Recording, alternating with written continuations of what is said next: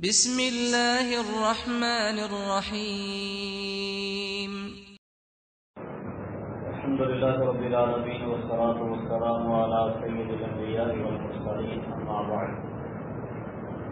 سنن نبی داؤد وغیرہ میں سیدنا انس بن مالک رضی اللہ تعالی عنہ کی روایت فرماتے ہیں کہ نبی کریم صلی اللہ علیہ وسلم کے زمانے میں صحابہ کرام مسجد میں آ کے باوضو ہو کے بیٹھے رہتے اور عشاء کی نماز کا انتظار کرتے حتیٰ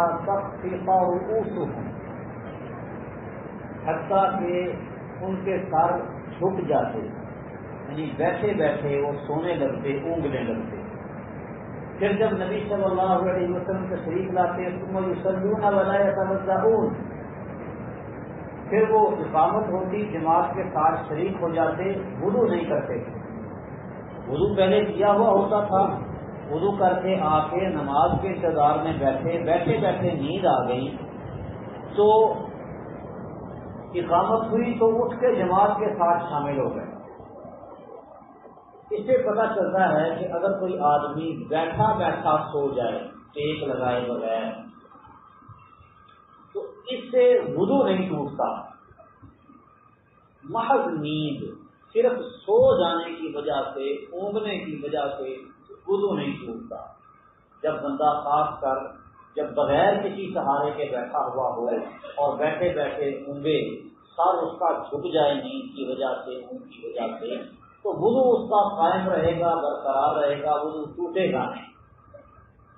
نیند ناقض وضو نہیں ہے، وضو کو توڑنے والی نہیں۔ اس طرح پہلے گزشتہ درس میں نے یہ بات واضح کی تھی کہ جرابوں پر موزوں پر مسح کر لیا جائے، وضو قائم ہو گیا۔ دلیل موجود ہے کہ جرابوں پر موزوں پر مسح کرنے سے وضو ہو جاتا ہے۔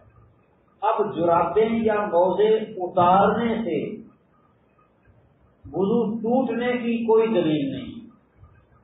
اگر کسی آدمی نے جرابوں پر مسح کیا ہے اور مسح کرنے کے بعد اس کو جراب اتارنے کی مثلاً ضرورت پڑ گئی ہے، وہ جراب اگر اتار دیتا ہے تو جراب اتارنے کی وجہ سے وضو نہیں ٹوٹے گا۔ کیوں؟ اس لیے کہ وضو ٹوٹنے کی کوئی دلیل نہیں۔ وضو ایک عبادت ہے، جس طرح نماز عبادت ہے۔ نماز کے صحیح ہونے کے لیے بھی دلیل چاہیے اور نماز کے باطل ہونے کے لیے بھی دلیل چاہیے۔ اسی طرح وضو قائم ہونے کی، وضو صحیح ہونے کی بھی دلیل چاہیے اور وضو کے باطل ہونے کی، وضو ٹوٹ جانے کی بھی دلیل چاہیے۔ محض نیند کی وجہ سے، سو جانے کی وجہ سے وضو ٹوٹنے کی کوئی دلیل نہیں۔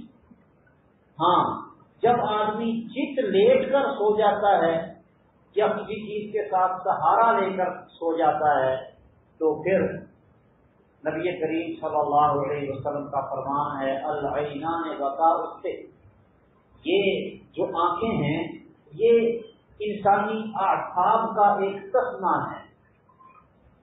فاذا نامت العینان، جب آنکھیں سو جاتی ہیں تو استطلق الوقاء، یہ اعصاب ڈھیلے پڑ جاتے ہیں۔ پھر سویا ہوا بندہ جب اس طرح سے سو جائے ٹیک لگا کے یا لیٹ کر، تو ایسی حالت میں سوئے ہوئے کو کوئی خبر نہیں رہتی کہ اس کی ہوا خارج ہو گئی ہو یا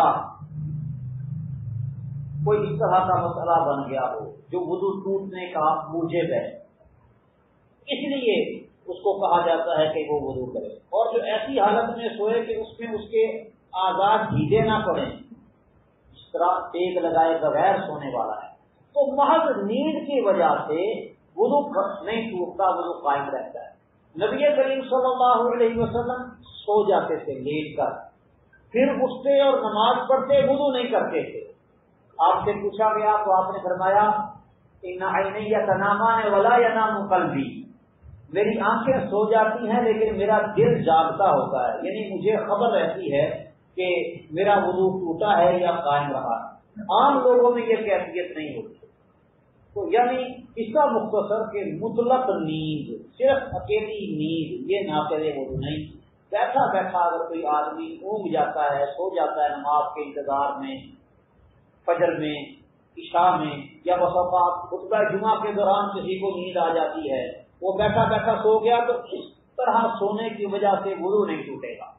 ہاں اگر کوئی ٹیک لگا کے یا لیٹ کے سو گیا تو پھر وہ احتیاطاً وضو دوبارہ کرے، کیونکہ ہو سکتا ہے اس کا وضو ٹوٹ گیا ہو اور اس کو اس چیز کی اطلاع اور خبر نہ ہو۔ اللہ تعالیٰ سمجھنے عمل کرنے کی توفیق دے۔ سماع علیہ